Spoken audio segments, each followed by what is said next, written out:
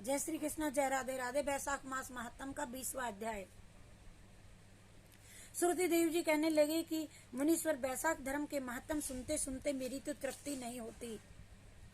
उन्होंने भगवान विष्णु की कथा सुनकर के किसके कान तृप्त नहीं होते बताओ आप, क्योंकि भगवान विष्णु की कथा ही ऐसी है।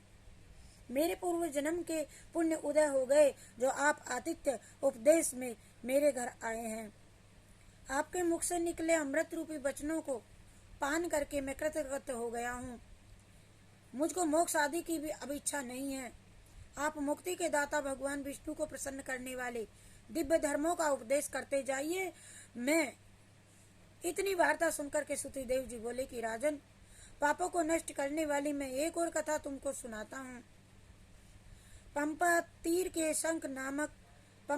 पर शंख नामक नाम का एक ब्राह्मण सिंह के बृहस्पति में गोदावरी के किनारे आया और भीमरती के पार कांटे युक्त तो पहाड़ी वन में चला गया, जहाँ न जल था न मनुष्य, कोई नहीं था। वह मध्याह्न के समय वृक्ष की छाया में बैठ गया। उसी समय दुराचारी व उसके सबके प्राणों का घातक एक व्याध वहां पर आ गया और ब्राह्मण के कानों में चमकते हुए सोने के कुंडल और जूते, छत्र, माला, कमंडल सब छीनकर उसे जाने की आज्ञा दी। तब वह ब्राह्मण उस दुष्ट से छुटकारा पाकर के धूप से जलते हुए उस कांटेदार वन में नंगे पैरों प्यासा हाय हाय चिल्लाता करता हुआ चलता, लंगड़ाता हुआ कहीं ठहरता, कहीं गिरता, कहीं चलता जा रहा था। और उसके दया युक्त हाय हाय के वचन सुन करके शब्दों को एक व्याध वहां जो कठोर हृदय पापी एवं धर्म विमुख था, वह उसके हृदय में भी दया उत्पन्न हो गई और उसने अपने मन में सोचा कि इस ब्राह्मण का मैंने सब कुछ हड़ लिया, ये तो मेरा कर्म ही था। लेकिन मैंने इसके लिए जूते ले ही लिए, इसके जूते छीन लिए, तो अब इसको अपने पुराने जूते क्यों ना दे दूं, जिससे इस ब्राह्मण के पैरों की रक्षा तो हो जाएगी। फिर जब पुराने जूतों की आवश्यकता मुझको है भी नहीं है।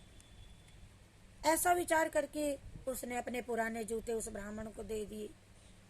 उन जूतों को पहन करके वह ब्राह्मण अति सुखी हुआ और व्याध को आशीर्वाद देने लगा कि तुमने बैसाख मास में मुझे टूटे जूतों का ही दान दिया, अतः तुम्हारे पुण्य उदय हो सकते हैं, क्योंकि ऐसे दान से भगवान हरि पापी व्याध से भी प्रसन्न हो जाते हैं। उस ब्राह्मण से इस प्रकार आशीर्वाद सुनकर व्याध विस्मित होकर के सोचने लगा कि ये ब्राह्मण देवता, मैंने तो आपसे सारी वस्तुएं छीन ली, फिर भी आप मुझे आशीर्वाद दे रहे हैं, कौन सी बात हुई? आपसे ली हुई वस्तु आपको लौटा दी मैंने, तो आपसे आपके जूते लिए और आपको अपनी टूटी चप्पल दी और आप इतना आशीर्वाद दे रहे हैं। और जो आपने बैसाख मास व हरि की प्रशंसा की, ये बैसाख और हरि मास है कौन? मुझे बतलाने की कृपा करें और इससे क्या फल मिलता है? ऐसे व्याध के वचन सुनकर भगवान वहां पर ब्राह्मण शंख विचारने लगा कि जब कर्मों का फल जन्मांतर में ही मिलता है, तो ब्राह्मण बोला, है व्याध, तुमने मुझको ताप नाश करने वाले जूते दान दिए हैं, जिससे भगवान की कृपा से तेरे पूर्व जन्म के पुण्य उदय हो गए। भगवान तुम पर अति प्रसन्न हो गए। और उसी समय मृत्यु द्वारा कल्पित सिंह व्याध के वध के लिए दौड़ता हुआ आया।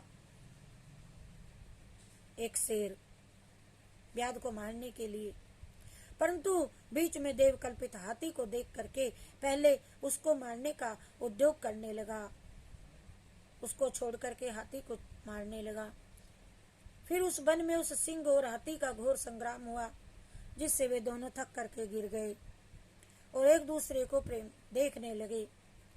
सब पापों के नाश करने वाली जो ये कथा मुनि ने व्याध को सुनाई थी, और आज वह उन्होंने भी सुन ली, जिसके सुनने मात्र से ही उनके सब पाप नष्ट हो गए तथा पापों से मुक्त होने के कारण वह पशु योनि को भी त्याग करके शरीर धारण कर दिव्य विमानों में बैठ करके अप्सराओं से सेवित हाथ जोड़कर खड़े हो गए।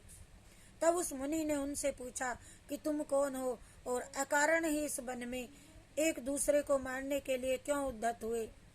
तुम्हारी मृत्यु कैसे हुई? ये सब कथा विस्तार पूर्वक मुझे सुनाओ, आपकी अति कृपा होगी। बोलिए जय श्री कृष्ण चंद्र भगवान की जय, विष्णु भगवान की जय। हरि शरणम हरि शरणम हरि शरणम हरि शरणम हरि शरणम हरि शरणम हरि शरणम हरि शरणम।